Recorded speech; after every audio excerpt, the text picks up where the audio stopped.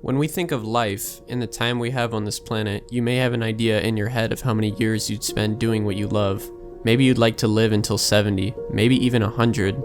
What if you decided to leave everything at 40 years old, even after you followed what you loved and cherished, after you were among the most recognizable names in fashion history?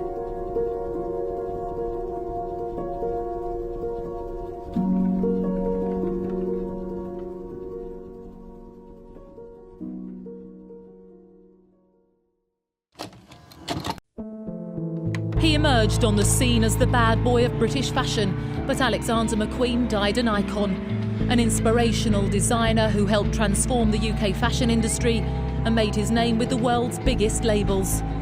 The 40-year-old, whose real name was Lee, was found dead after apparently committing suicide at his home. The shock value on society of actually making statements, some of which were religious, some of which were political. He was this strange combination of sort of intellect and manufacturing capability, and the whole thing for him was about his show.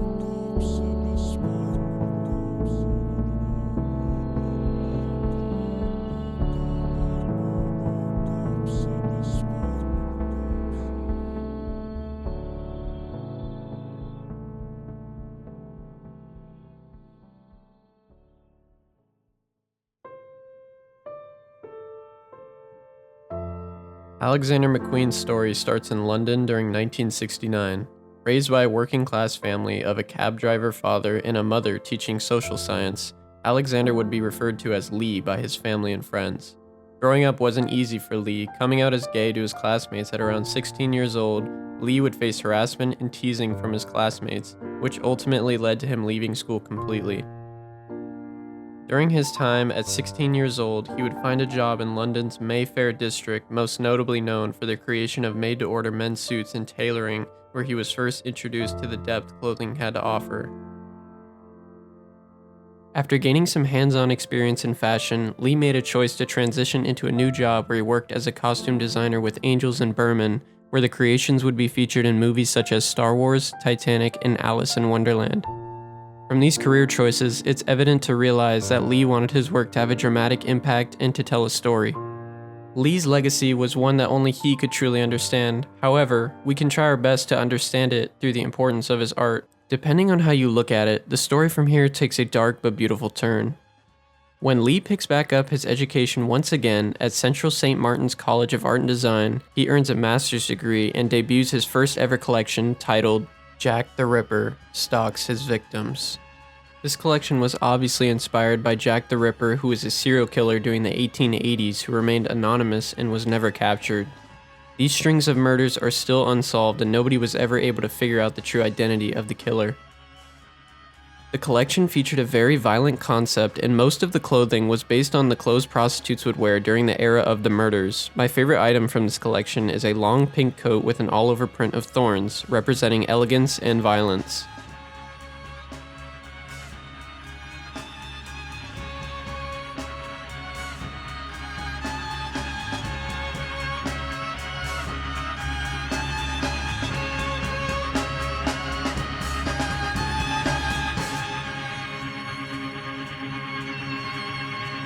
This collection would serve as a preview for the rest of Alexander McQueen as we know it.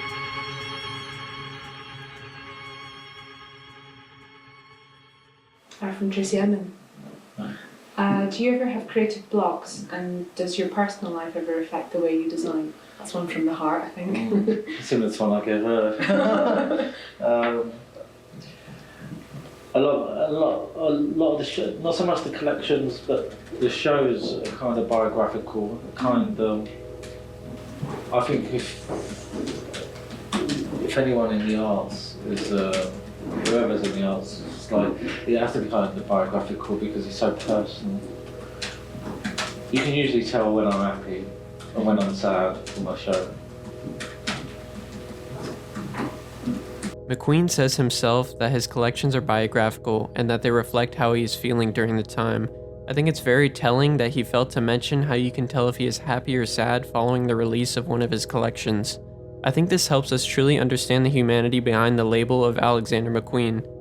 As we follow the story of Lee, let's fast forward 2 years to 1994 with the release of his collection titled Nihilism. Before breaking down the contents of the runway, the title of this collection sticks out among the ethos of Alexander McQueen. Nihilism meaning the rejection of all religious and moral principles in the belief that life is meaningless. Nihilism goes hand in hand with people that are struggling with life, and as we remember what Lee said about his shows being biographical, it makes us question the state of health that Lee is in mentally. Now, to analyze the collection, we see a women's wear collection of models walking to old rock and roll wearing what clothes that I couldn't quite seem to put into one category of genre. Besides the punkish hairstyles, it seemed like nothing followed a unique theme. My theory is that this runway relates directly to what it is titled, Nihilism. There isn't any specific color scheme that is followed or motifs that are being showed as the inspiration for the runway. If I had to become a philosopher for a moment and come to a conclusion on the runway, I'd say that it relates to the absurdity of life. A show with no theme, a story with no conclusion, it just keeps going, hence the name Nihilism once again.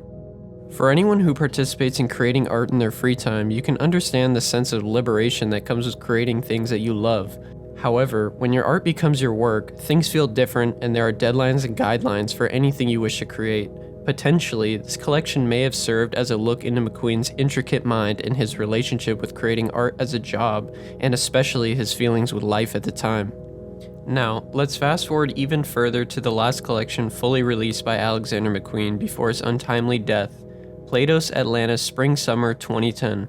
This would be the last collection that was released by Lee, not counting the collection that was released posthumously.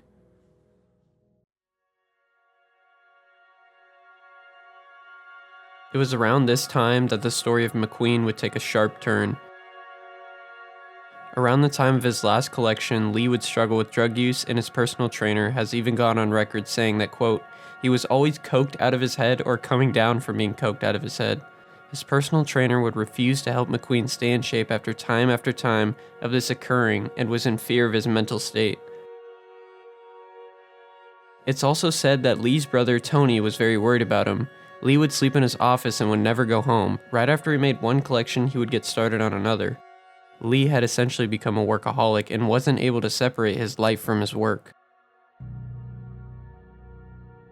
9 years prior to this moment, Lee signed a deal with Gucci, meaning he had to work under their label and under their timeline. The immense pressure of his work had completely taken over his life. In a conversation with one of Lee's colleagues, he said, I should have never signed with Gucci, but I can't get out of it now. I've built my own prison. As he continued to speak, he mentioned a last collection saying, I've already designed my last collection, my last. I have it in my head, in my last collection, I'm going to kill myself. I'm going to end this. This suggests that under all the immense pressure working under the Gucci label, the only way out that Lee could find would be to take his own life. What he said after this is quite graphic, so if you're sensitive to the topic, feel free to skip ahead. Lee went on to plan the ending of his last show where he would rise from the bottom of the runway in a glass box where he would shoot himself in the head. Lee also went on to explain how he would want his brains to drip down the inside of the glass. In 2009, Lee would attempt to take his own life with a drug overdose but would survive. This happened once more before the death of his mother. His mother's last words to Lee were that she loves him and he is, quote, not to go kill himself now. McQueen couldn't stand the thought of having to work through the pain of the loss of his mother and would take his own life in his home, leaving a note that said, quote, I'm sorry, please look after my dogs.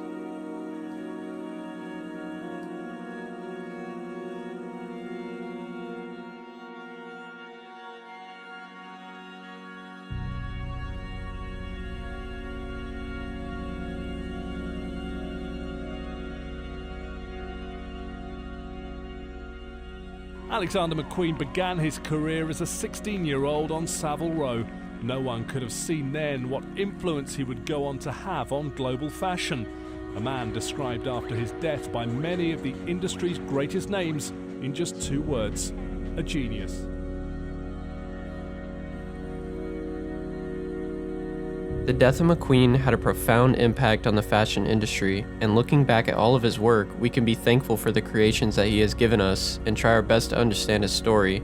Nobody will ever be able to truly understand the pain that McQueen was feeling, but his creations give us an insight to his world in the most beautiful way possible.